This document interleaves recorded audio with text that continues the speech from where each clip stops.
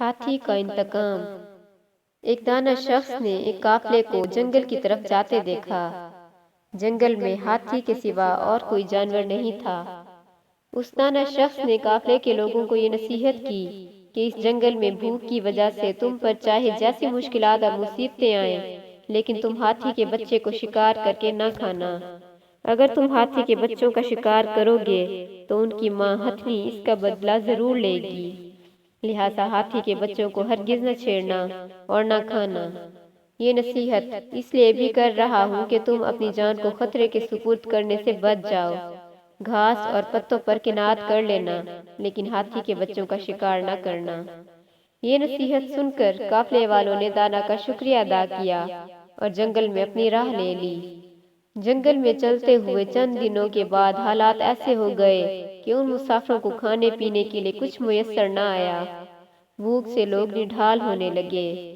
پھر ان بھوکے پیاسے مسافروں نے راستے میں ایک موٹا تازہ ہاتھی کا بچہ تنہا دیکھا تو وہ سب بھوک کے غلبے سے اندھے ہو کر بھیڑیوں کی طرح ٹوٹ پڑے۔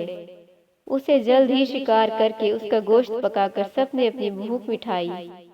ایک شخص نے نصیحت پر عمل کرتے ہوئے ہاتھی کے اس بچے کا گوشت نہیں کھایا تھا۔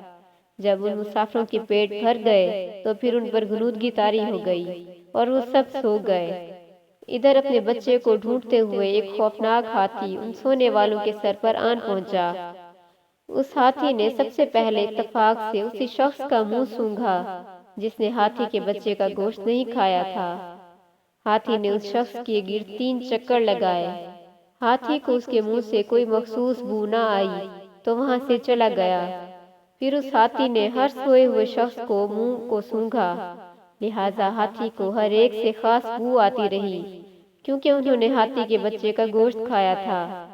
ہاتھی نے ان سب کو آن کی آن میں چیر پھاڑ دیا، گویا ہاتھی ان سوئے ہوئوں میں سے ایک کو پکڑتا اور ہوا میں اچھال دیتا۔ یوں زمین پر گرتے ہی وہ شخص ہلاک ہو جاتا۔ گویا ہاتھی کے بچے کی ماں نے ان سب لوگوں سے اس طرح سے انتقام لیا کہ کوئی وہاں سے بھاگ کر بھی جان نہ بچا سکا۔